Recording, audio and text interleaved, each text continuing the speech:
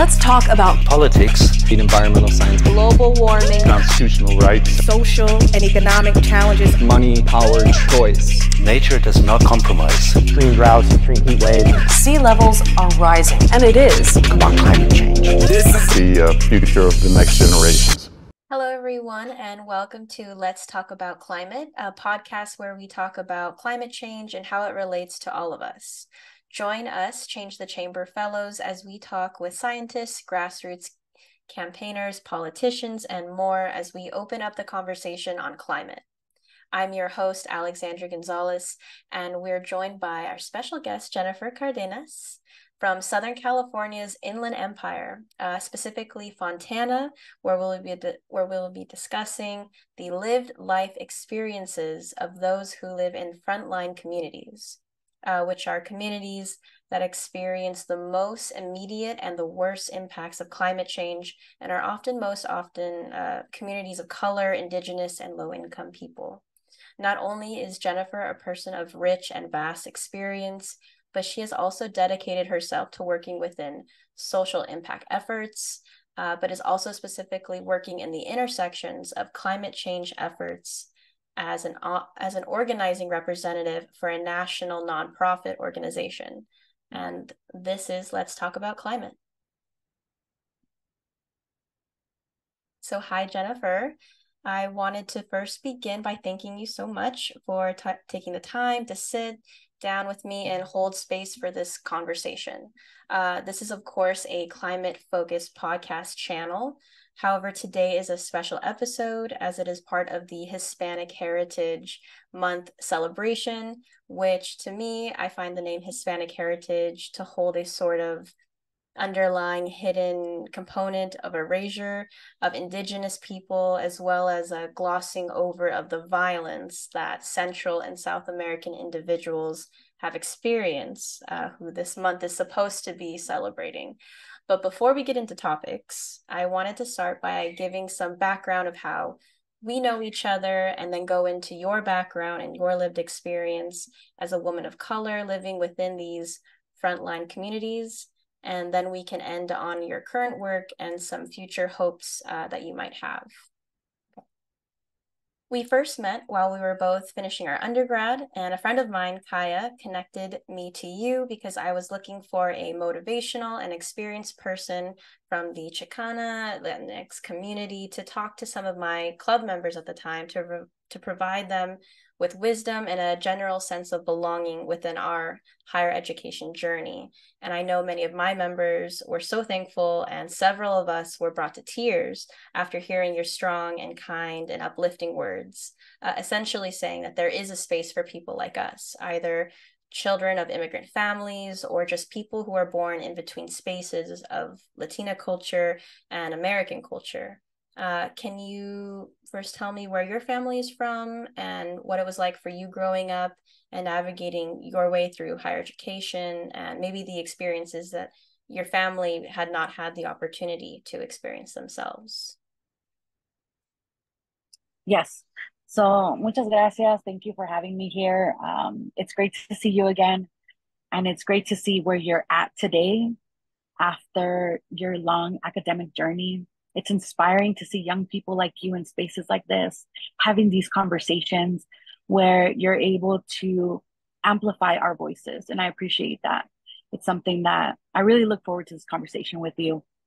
How do we start when we talk about how did I get here? Where's my family from? These are questions that, I feel safe talking about, but in other spaces, it's always like, but where are you from, right? Mm-hmm. Here, the conversation is, my family is from Jalisco, Temastian, Totatiche, small places in Mexico. They came here, different journeys, and now I was born here in California. I went to school here in Riverside. I grew up mostly in the Inland Empire. My journey also took me to live in Los Angeles as a child. But what I realized is education is not something that we were taught. Education was not something my parents experienced when they came to this country. They came here as adults.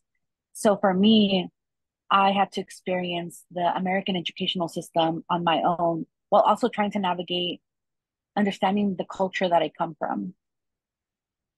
One of the things that I think is interesting is we're labeled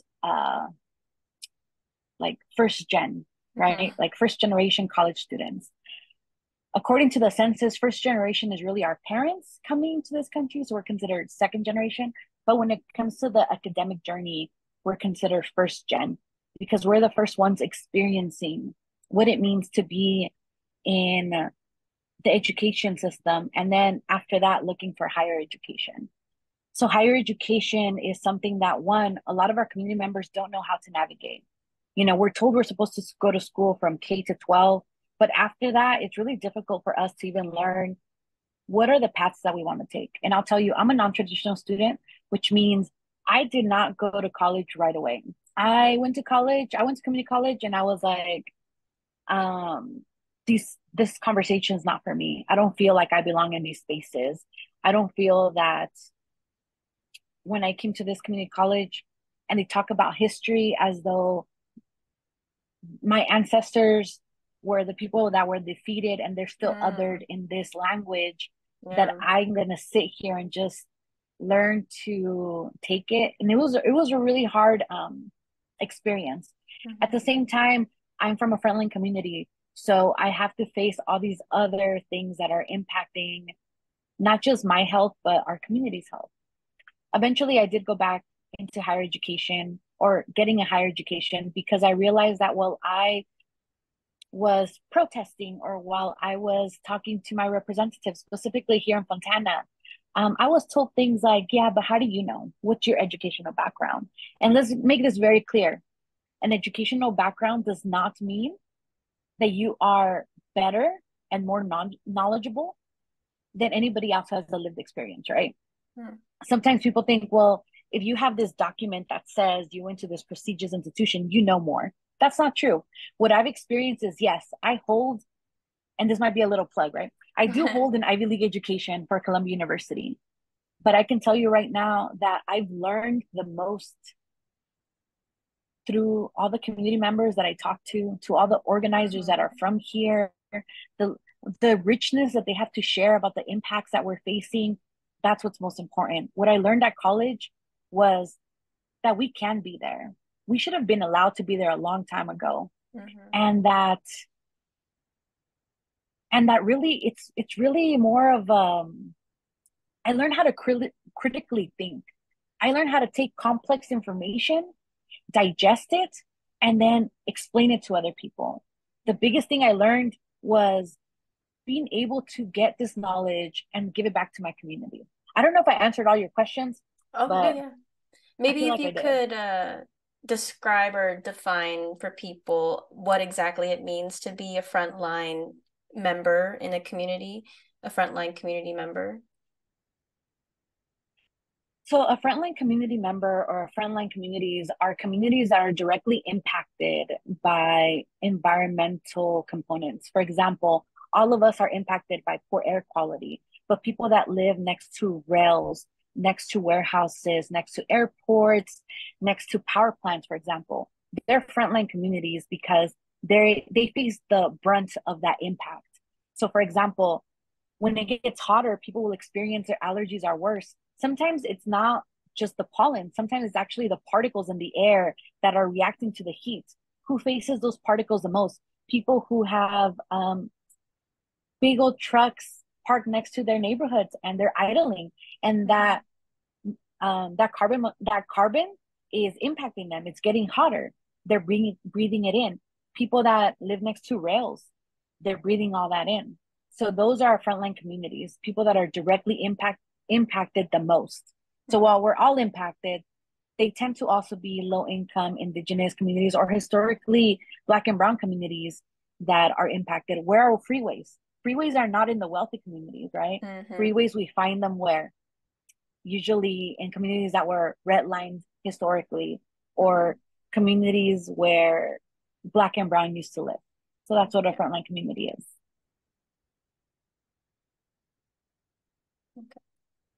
As I mentioned before, that there was a controversy surrounding the verbiage of Hispanic Heritage Month. Essentially, from what I understand the controversy to be, is that the term Hispanic refers to Spain and the people's connection to being Spanish Spain. The Spanish essentially were also the colonizers who came over to the Americas and stole and massacred the people who were already living on this land in Central and in South America. And a good article that I further describes this, if people are interested, is 2021, an NPR article called "Yes, We're Calling It Hispanic Heritage Month, and We Know It Makes Some of You Cringe" by Vanessa Romo. As someone who has studied at Columbia University, arguably one of the most prestigious colleges in the country, if not the world, have you come across this controversy in discussion or in your daily life interacting with the people who get labeled Hispanic? And if you have, could you describe what you've heard or the discussions around this topic? I wish we had more time because I could give you a series on how this language just really entrenches so many different places in our history and also how it's impacting us today. One of the things about this article is that I think there's also a link that tells you, it's only 6% of the employees there even identify as Hispanic / Latin, Latinx. And there's also another within the NPR as employees, right? So when they say some people find it cringe, it's even kind of like comical because it's like when you say some people, you really mean how many of your employees if it's 6%, right? Yeah. That's important to really take into consideration when we talk about who gets to decide how people are labeled. So when we talk about like Hispanic, Latinx, Latin, for me, all of them are erasures. They're erasures in the sense that it is words that are used to make all of our cultures palatable to one centralized ideology. So when you meet someone, usually when you're from community, they say, "Oh, soy mexicano, mis padres son de aquí," or "My parents are from Mexico," or "My parents are from El Salvador," or "I'm from Ecuador, Peru." Then you start realizing, wow, we're kind of similar, but we're not. Like, we eat different foods, we have different traditions. Even within that, we have different cultures, we have different ethnicities. There's a variety of different indigenous languages, right? Yeah. So when we hear people tell us, "What are you?" or "Are you Latino, Latina?" or even if they get upset with Hispanic and those terms, it's really people that want to like ensure that language stays what it is. And let's get real. What happened? Why do we know Spanish today? Because exactly what you said. Colonization happened, right? People came to South America, and there's this argument that we need to keep Spanish, respect the sovereignty of Spanish, as though changing it today into something that's more inclusive, because some people want to use Latinx, or making it encompass their own identity. Maybe Latinx or Latin is preferred by people who speak mostly English or only English. Yeah. Even this idea that you're supposed to speak Spanish to make you part of our community is wrong, right? It's still glorifying this colonialism, but in Spanish, right? It's like Spanish edition of colonialism.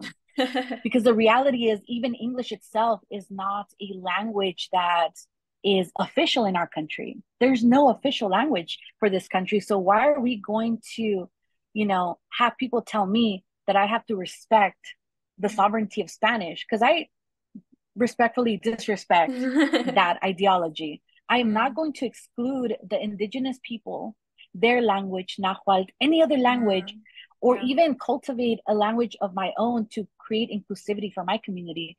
Just because colonialism is so strong in our communities that even they use terminology like no sabo kids. No sabo kids is this idea that there are kids that are here that no longer speak Spanish, when in reality there are kids in Mexico, there are kids in Peru, there are kids in Honduras, Ecuador that don't speak Spanish either. They speak their indigenous language. Are they less Latin, less Hispanic, less Latinx? They're not.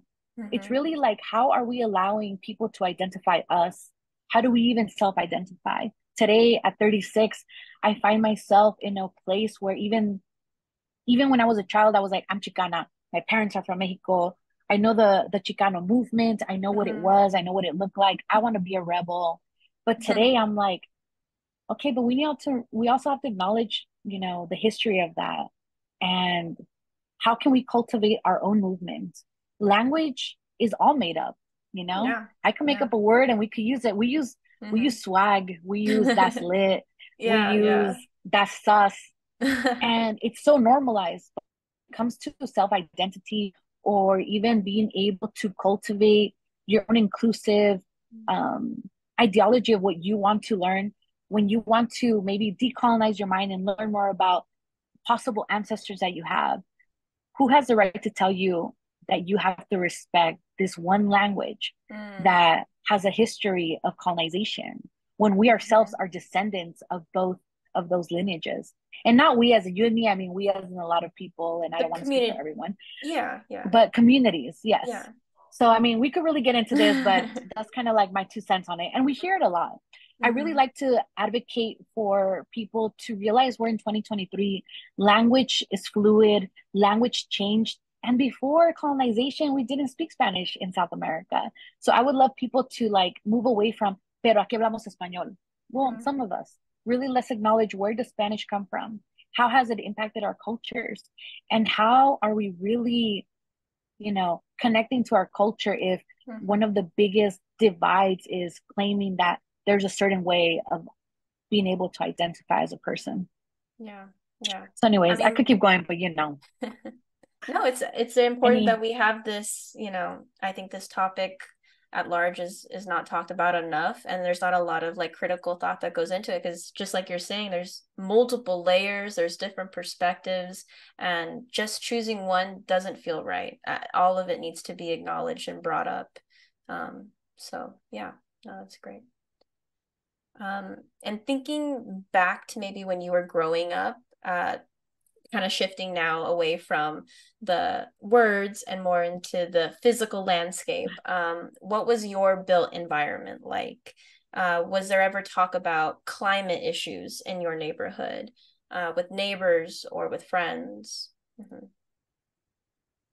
I think one of the things that people find very surprising is that we all talk about climate issues.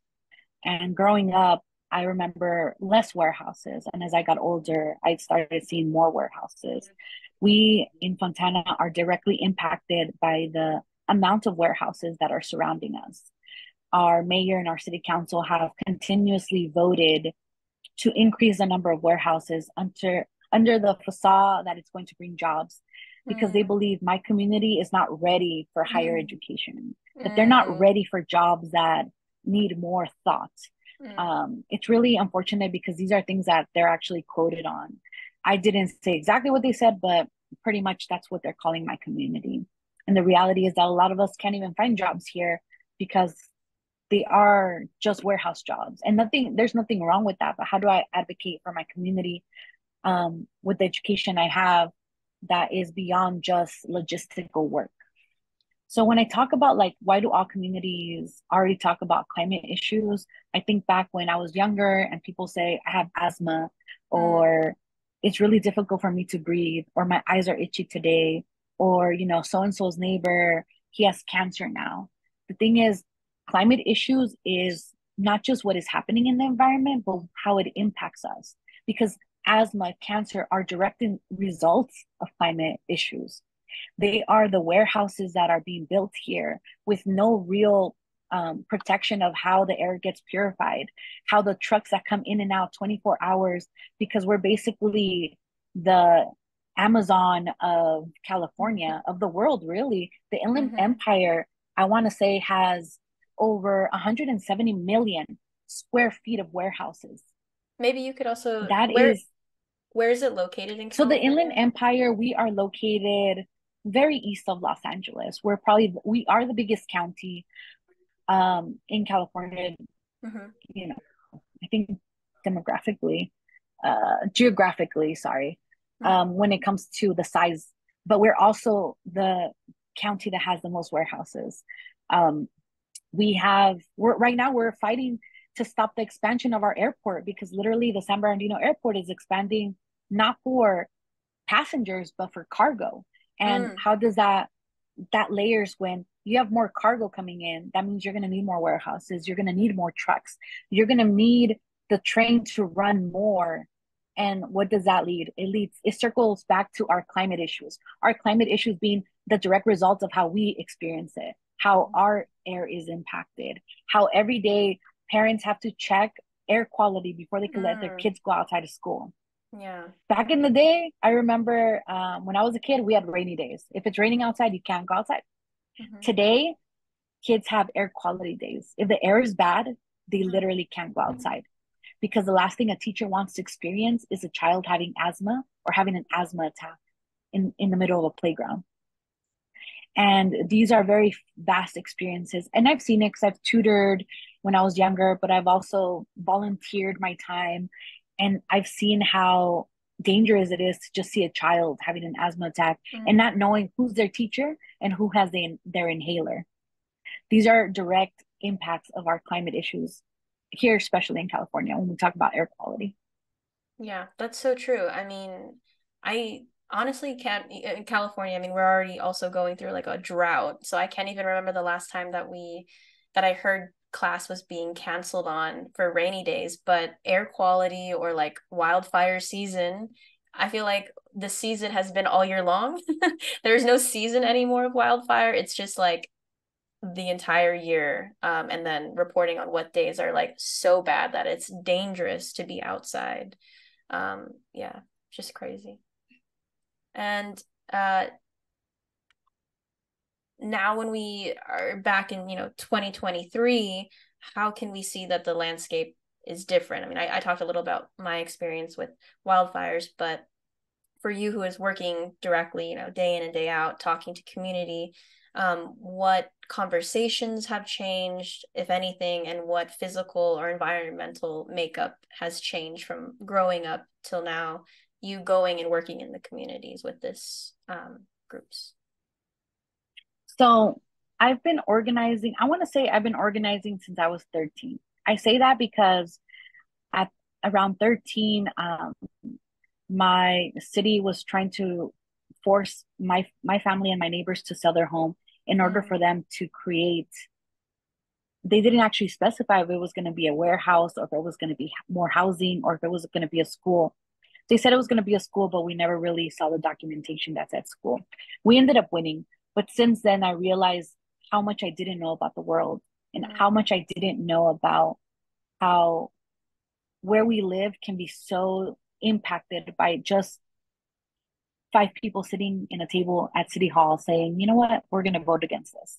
So when we look at 2023 and what's different today, unfortunately, there's a lot of differences. I think the Inland Empire is considered like the biggest logistic location. And with that, it doesn't mean that we have the best unions. We have amazing unions, but not everybody is allowed to unionize like Amazon. It also means that we have some of the worst air quality we've ever seen in a very long time. The reality is that when we talk about environmental issues, it's so layered. I talked about a few things earlier, but one thing that we don't talk about is how do we get electricity? How are me and you talking today, right? So, for example, there's power plants all over. There's power plants all over the state, and I want to say that about 70% of those power plants are located in communities that are frontline communities. So that means that how we get our energy is directly impacting people who live there because we're not moving away from gas, and we need to move away from gas. So when we look at the landscape today, you could even see on a map that California, there's a few places that that our ozone is impact, and guess what? The Inland Empire is pretty up there when we talk about ozone impact. So how much sunblock do I wear? Maybe not enough, seeing how drastic it has changed and how the environment has changed. Communities today have told me, their kids have nosebleeds more than ever before. Their kids not just children are being impacted, by our elders are being impacted. We're seeing a drastic change between our older community um, who were already devastated by COVID. And when we say like Black and Brown communities, low income communities were impacted the most by COVID, it's not because they were just susceptible Mm-hmm. to it, because there's more of it in that location. Sure. No, it goes far beyond who had to work, who had to work, Mm-hmm. who was forced to work, to put food on the table, to, we talk about maybe not having to pay rent, but that didn't mean they were able to provide food. So they were Yeah. forced to work. Second, if you live next to a power plant, an airport, a warehouse, you're still going to be impacted. So you're more susceptible to things Mm-hmm. like COVID. You're more susceptible to other type of respiratory diseases. We have the highest rate of cancer that's also associated with our air quality. So we have community members that tell us, there's some community member that tells us her partner is going to be on a machine for the rest of their life. That's it. Oh. What do you do when back in the day we didn't even have the same amount of warehouses? And let me give you an example. In Fontana, there is about, I think, 13 warehouses that are empty right now. That means that the air quality we have today is not even what it could be once those 13 warehouses get rented out. Mm. So we're seeing the new era of how our environment is not just being impacted by our local representatives, but also how it's vastly changing because of this idea that since this community has always had warehouses and power plants, then what's a few more? Yeah. Yeah. It's But just a it's part people of like me that do that's the part work. of their environment, Yeah. but yeah. Yeah, they normalize this language that they're sacrificial communities, but when they say terms like sacrificial, what they're really saying is that there are communities that are worth more than others. Because when we look at where are these power plants located, where are these rails located, um where are these warehouses, where are these airports that hold cargo, not just airports like LAX, right? Yeah. When we start seeing the numbers and we start seeing the historical background of these locations, we start realizing that there are communities that they are willing to identify as lesser than. In a country where 2023 is supposed to be like equitable and restorative, and we're not even Yeah. there yet. Yeah. Yeah. I also think of like freeway systems and interstates. At Oh, least in 100%. the Bay Area. I mean, Oakland was a beautiful, thriving metropolis city, like a capital, if not it's competing against like Sacramento and San Francisco. And then they had all these interstate changes and freeway systems just straight through neighborhoods. And it's all through the communities of color is where all that stuff Yeah. is building. And it's all connected because, Mm-hmm. sorry, I didn't mean to interrupt, but you're right. It's all connected. Why do we have such a great highway system, right? A freeway system? Mm-hmm. Well, why do they lead exactly to the ports? Why is like the freeway or the streets in port communities so nice? Because it's supposed to ensure that those trucks come in and out, carry that cargo. Where do they carry it? Most of the time, they carry it to the Inland Empire. They carry it to Fresno. They carry it to all these other places that are basically condemned as like the logistics of California. Yeah. And who's there to protect our air quality other than organizers and other community members who are fighting for this, right? Yeah. So talking now more with your current work that you're doing, what current issues are the most prevalent that you've seen and that you're working with?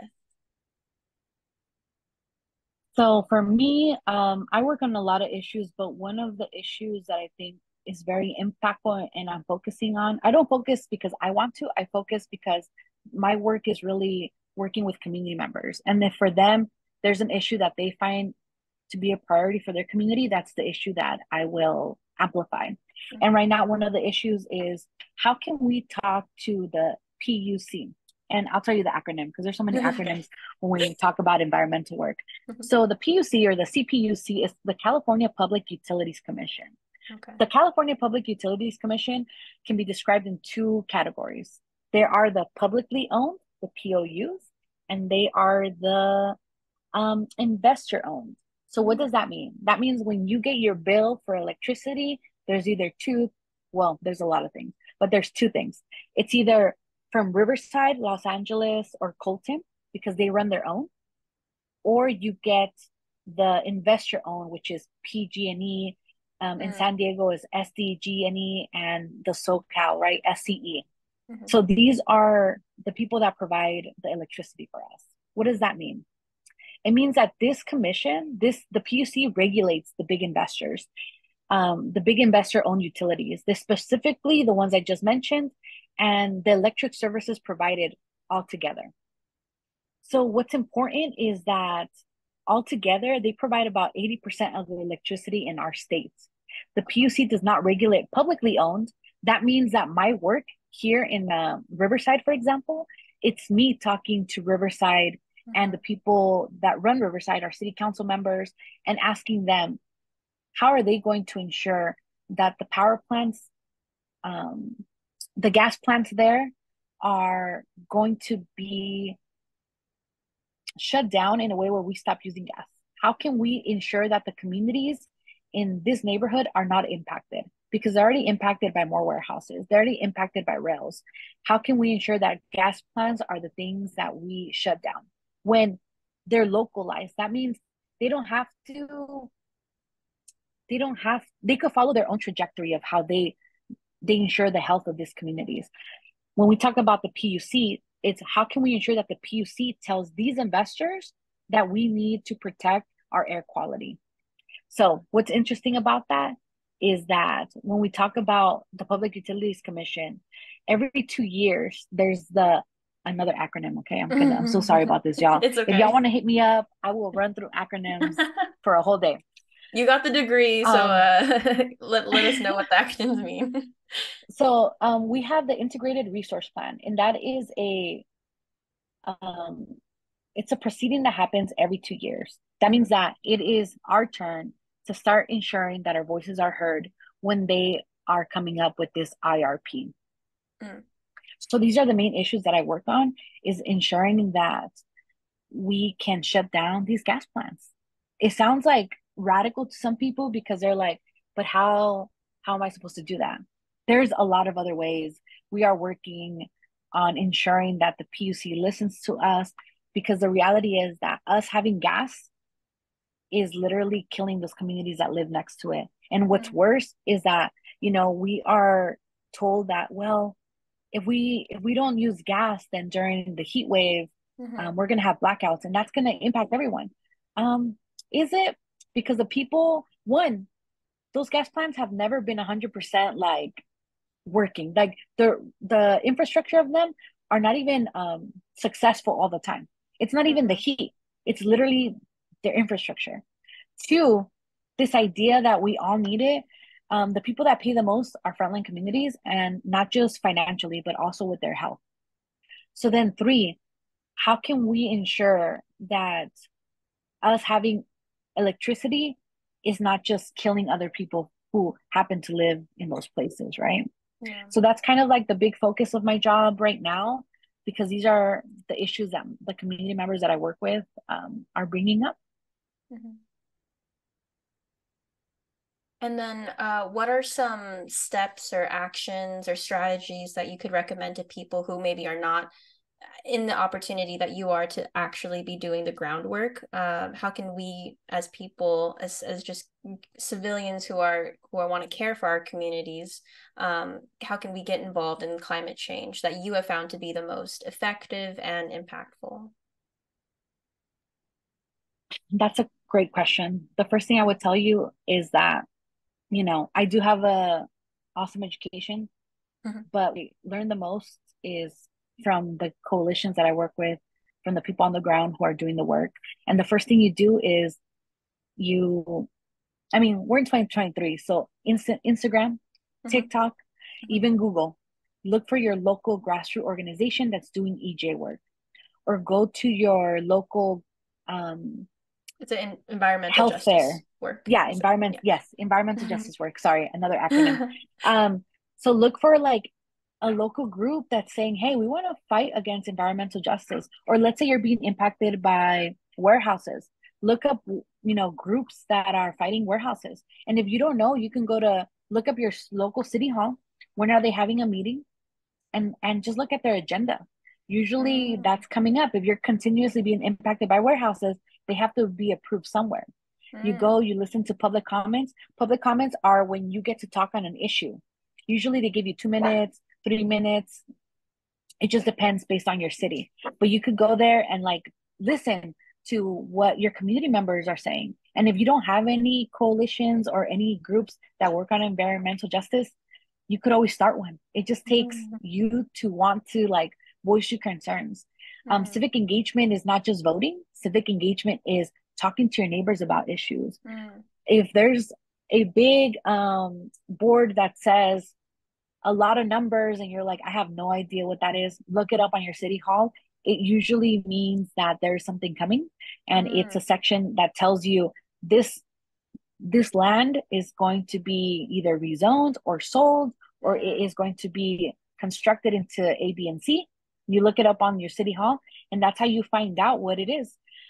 Honestly, the first thing you want to do is just find other voices that are echoing what you're saying. And that's how you start getting engaged. And if you don't know any local ones, then look outside your city, because that means there might be another city. Look for a city that has a gas plant. Look for a city that's impacted by a lot of warehouses. You could always help them and then bring them to your fight at your city. It's always all of us creating solidarity and creating these little pockets of people fighting that will eventually expand. And, you know, look up the PUC if you're here in California. We have, you know, you'll see me there doing my public comment. So these are little ways of becoming involved and, you know, just being able to fight back. Yeah. There's definitely strength in numbers when you get people organizing towards like a central goal, or just like you said, voicing out your concerns that you are experiencing. Great. Well, thank you so much. I once again thank you for joining us. It was such a pleasure to have this space and to hear about the communities that are so often overlooked and left without proper support and resources. And to wrap up this episode, we love to give you 60 seconds. If there's anything you'd want to share about, let us know.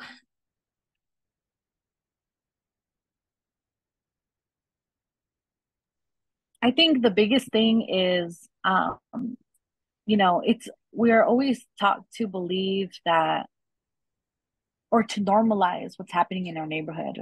We normalize all these trucks running by next to schools. We normalize seeing warehouses next to schools. At least in the Inland Empire, it seems very normalized.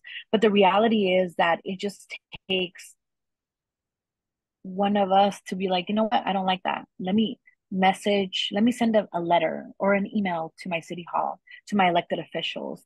Let me send a letter to my governor. Let me talk to my neighbors and see how we together can learn about the impacts that are happening in our neighborhood. How can we learn about the air quality here? Once we start taking those steps, we're going to realize there's so many other people that they didn't know that they can do that. They didn't know that they could stop these trucks from always going to the warehouse next to their kids' school, because you can fight the city to get this warehouse out of your neighborhood. There are ways. I mean, I think the community of Colton, there's called the Colton Coalition. They created the first moratorium for warehouses. And what we see, especially during the COVID during the pandemic, we saw how air quality changed so drastically for these communities. So that tells us that it doesn't just take COVID for us to realize how we're impacted. We're impacted all the time, and it's going to take us to just like continue to push forward. What I'm saying is, you know, keep luchando. We're going to do it. They can't stop us. They can try, but they won't. Voices are loud. Actions are louder. Yes. Always. And